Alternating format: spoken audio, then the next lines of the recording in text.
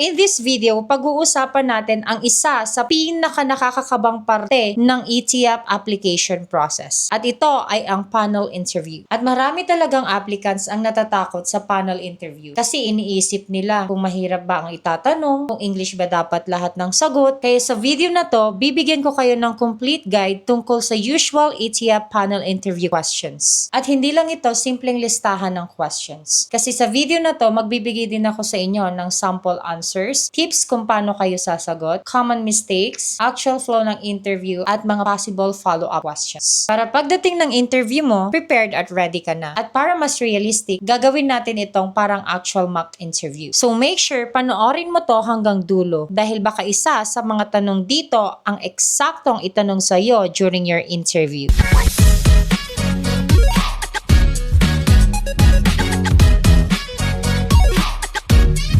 Pero bago tayo pumunta sa panel interview questions, explain muna natin kung ano nga ba talaga ang panel interview. Ang ETIAP panel interview ay isa sa paraan ng mga schools para ma-assess kung qualified ka ba sa course na ina-applyan mo. Hindi lang kasi work experience ang tinitingnan nila. Tinitingnan din nila yung communication skills mo, confidence mo, understanding mo sa work mo, leadership experience, technical knowledge, at kung align ba ang work experience mo sa course na kukunin mo. So usually, ang panel or yung mga mag-i-interview sa'yo ay composed of professors, dean, minsan HR representative or industry expert. So depende talaga yan sa school. At ito ay kinakandak via Zoom, Microsoft Teams, or Google Meet. At minsan naman face-to-face. So nakadepende talaga yan sa school. At usually, tumatagal ang interview ng 15 minutes, 30 minutes, or minsan 1 hour pa nga. So depende yan sa school at sa dami ng applicants. Pero ang pinaka-importante na kailangan mong tandaan ay hindi ito parang board exam. Hindi nila ina-expect na perfect ka. Mas gusto nilang makita na authentic ka, totoo ka, or totoo lahat ng sinasabi mo, experience ka, alam mo ang background ng trabaho mo or ng work experience mo, at huli ay deserving ka sa degree na ina-applyan mo. Kasi guys, yung 4-year course, kukunin mo na lang siya ng 6 months to 1 year. So kailangan nilang makita kung deserving ka talaga sa degree na ina-applyan mo.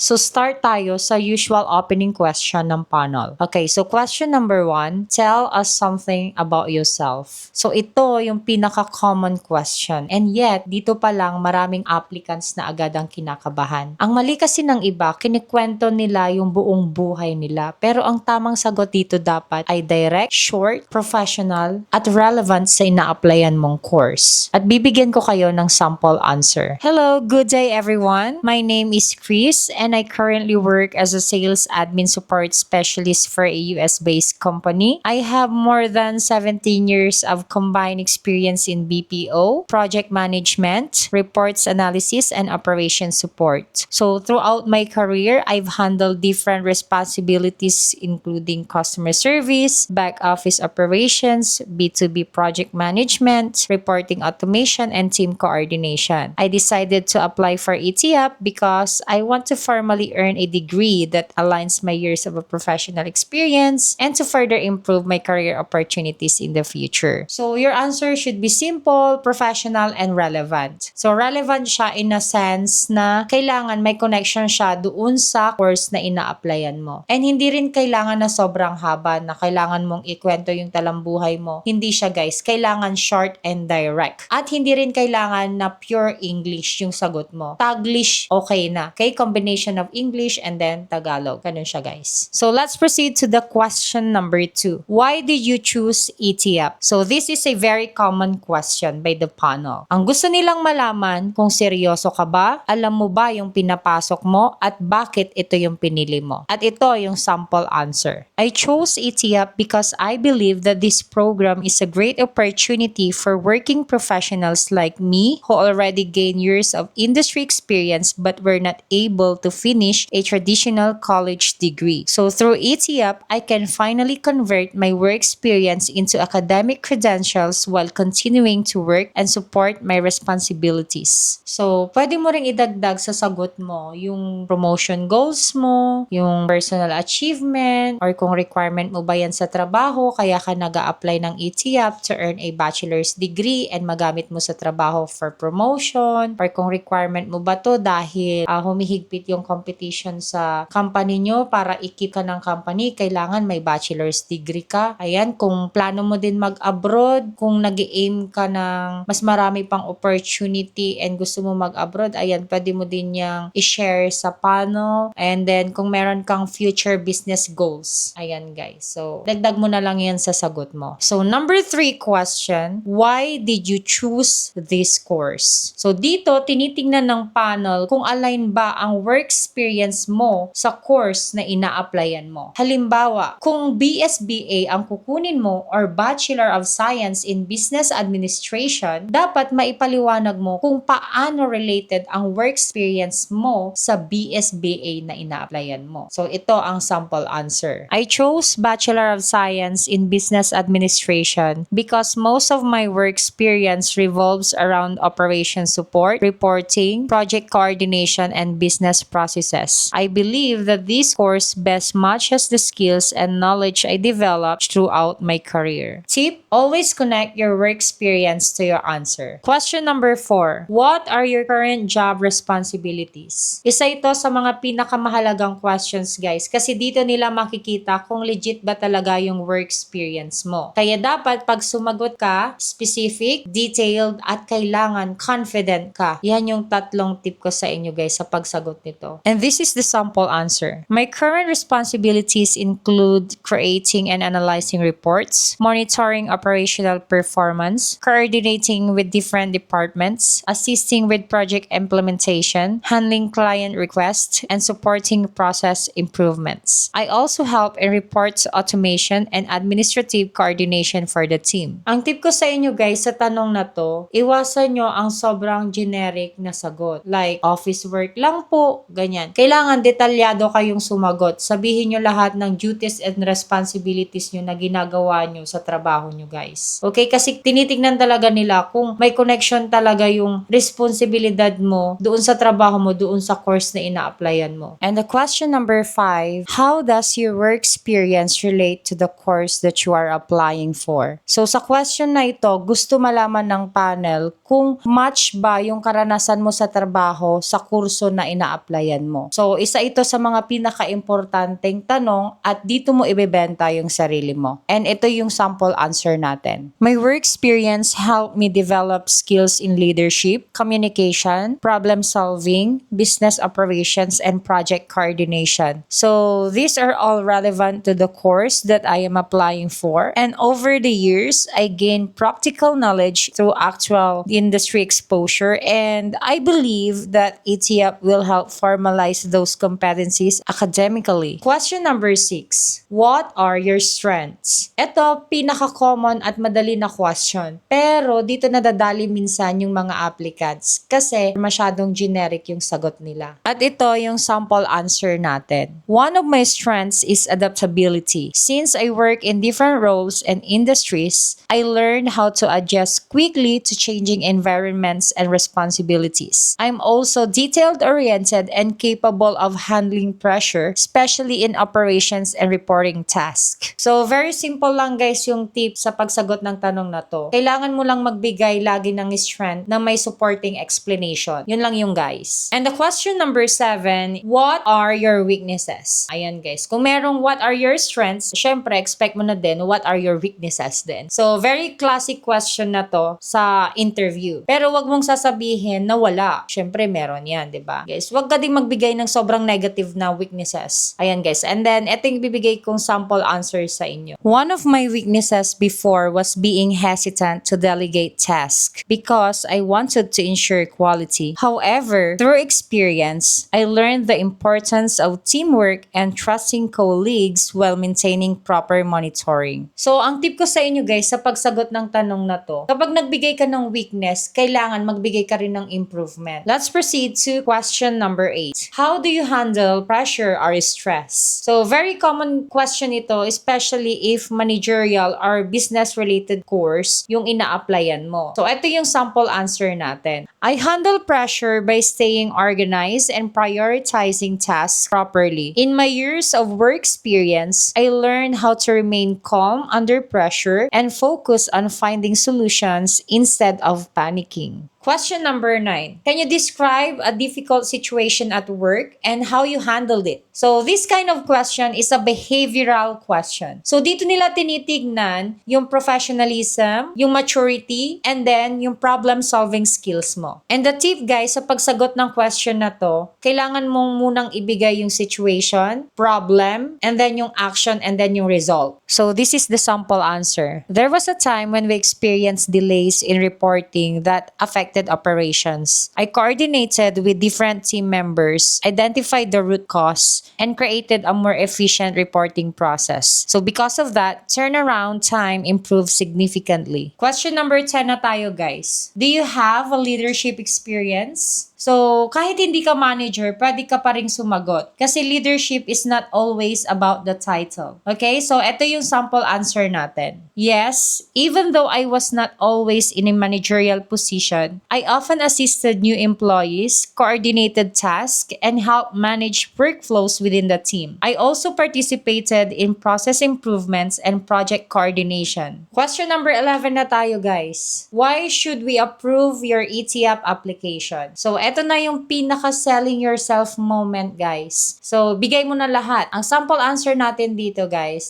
I believe my years of professional experience demonstrate that I already possess practical competencies related to the course I am applying for. I am also committed to completing the program seriously and using the degree to continue growing professionally. Question number 12 na tayo, guys. What are your future plans after earning your degree? And this is the sample answer. After earning my degree, I plan to pursue higher career opportunities, continue professional growth, and possibly take leadership or managerial roles in the future. I also want to use this achievement as an inspiration for others who were not able to finish college traditionally. So, question number 13 na tayo, guys. How will you balance work, studies, and personal responsibilities? So, napaka-common question ito, guys, na tinatanong dito sa ETF during panel interview. Kasi, guys, most of the applicants ay working professionals na. At karamihan din, guys, ay OFW. So, tatanungin talaga ng panel to kung paano mo mababalance yung pag-work and then yung pag-aaral. And this is the sample answer. I understand that balancing work and studies will be challenging. But since I already manage multiple responsibilities professionally, I believe proper time management and discipline will help me complete the program successfully. Question number 14. What have you learned from your work experience? And this is the sample answer. My work experience taught me the importance of communication, adaptability,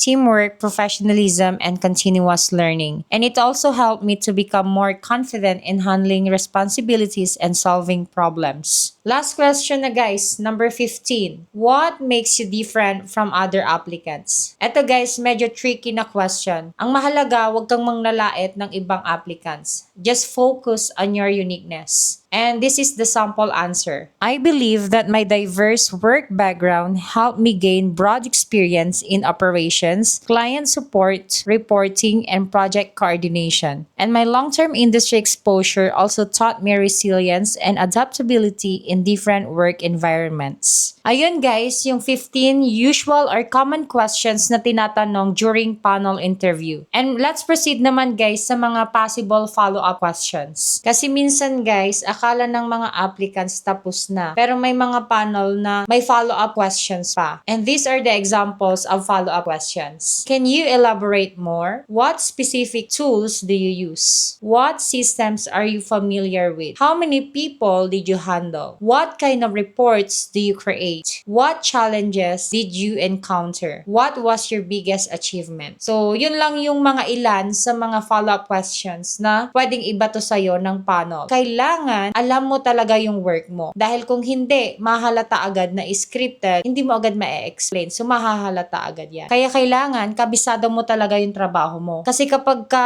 binatuhan ka ng follow-up question at hindi mo masagot, mahahalata agad nila na scripted, ganyan, or hindi totoo or authentic yung nilagay mo sa resume mo. So, kailangan kabisado mo yung trabaho mo.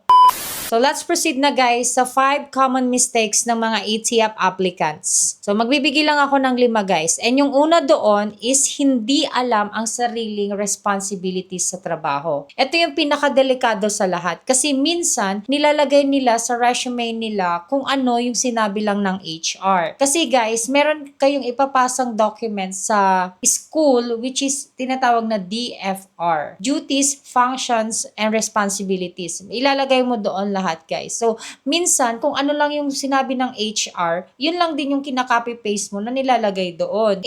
Yung mga itatanong sa'yo ng panel, naka-base doon sa duties, responsibilities, and functions na nilagay mo doon sa pinasa mong documents sa kanila. So, kailangan ready ka na i-explain yun, i-justify yun kapag may tanong sila guys. So, kailangan kapag may nilagay kayo sa mga documents nyo na mga information, kailangan kaya nyong i-justify, kaya nyong i-explain. Okay, mistake number 2, one-word answers. Or isang tanong, isang sagot. Okay, for example, tanong ng panel, do you have a leadership experience? Ang sagot mo, yes po. Yun lang, tas tahimik ka na. So, dapat guys, pag sumasagot ka, may kasamang explanation. Hindi lang yung yes po, opo, hindi po. Di ba guys, kailangan may kasama laging explanation and na-expand mo yung sagot mo para plus points ka na agad. Number 3 mistake is sobrang kabisado mo yung mga isasagot mo. Ayan, paano naging mistake to? Ayan guys, sa sobrang kabisado mo kasi guys, nagmumukha na siyang scripted. Ayan, so kahit nakabisado mo, kailangan natural pa rin siyang lalabas sa'yo. Natural pa rin yung pagsagot mo. So number 4, common mistake is hindi align yung work experience mo sa course na ina-applyan mo. So halimbawa, call center yung iyong work experience and then yung course na ina-applyan mo ay engineering. So napakalayo ng connection nila sa isa't isa guys. So minsan, possible naman, pero 95% or 99%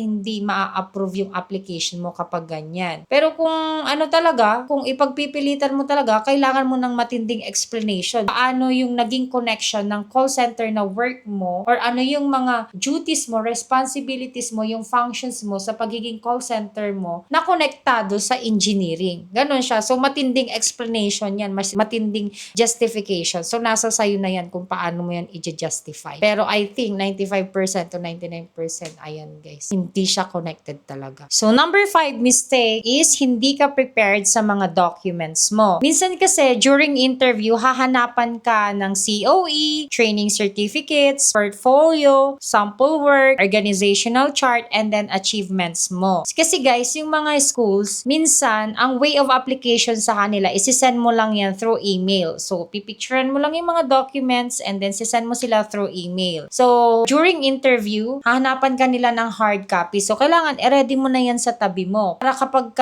sinabi nila, can you show us your COE? O, ayan, kunin mo lang dyan sa tabi mo and then show mo, ayan, COE. Can you show us your training certificates? O, ayan, show mo. Yan. Diba? Ganun lang, guys. So, kapag during interview, lagay mo na sa tabi mo yung mga hard copies para kung sakali man nahanapin, edi ready ka, nandyan sa tabi mo.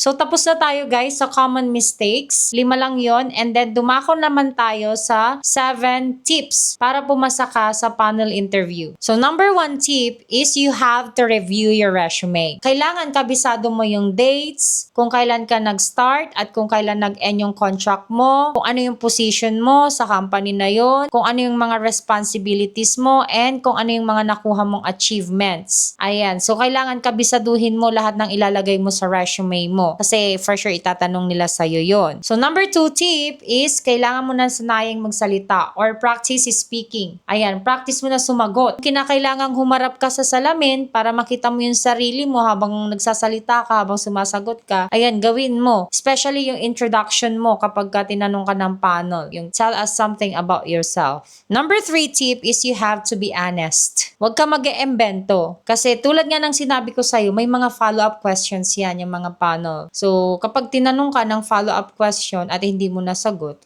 di mahuhuli ka rin kapag nag-imbento ka ng mga impormasyon na hindi naman talaga totoo at nag-follow-up question sila, hindi mo masagot. So, huli ka.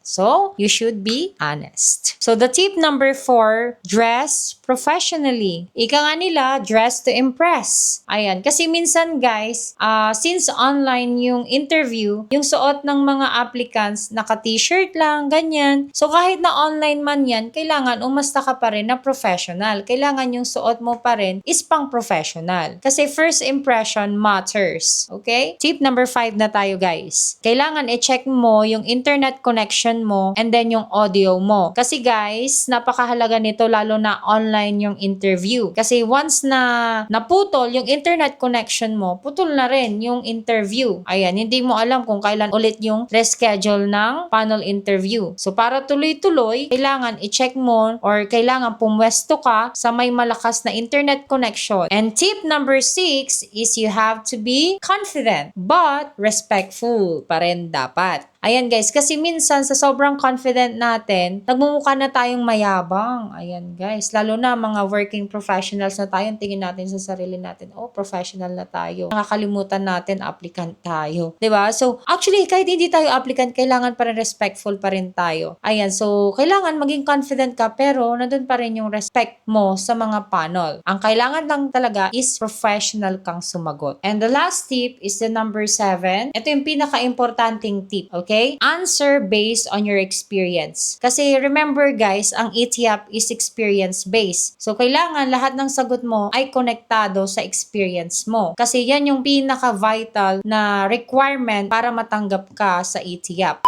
Isa ito sa mga kadalasang tanong ng mga ETAP applicants kung may bumabagsak ba sa panel interview. At ang sagot dyan ay yes. Okay, so possible. Pero kadalasan, ang reason ay kulang ang work experience, hindi aligned sa course yung work experience, hindi ma-explain yung responsibilities or yung duties sa work, fake or inconsistent yung mga documents na pinasa mo, hindi tugma sa mga sinasabi mo or sa mga sagot mo during interview. At the last but not the least is hindi ka serious. Nakita nila na hindi ka serious na applicant based on your answers. Kaya napakahalaga talaga ng preparation para pagdating ng interview, ready ka, 'di ba?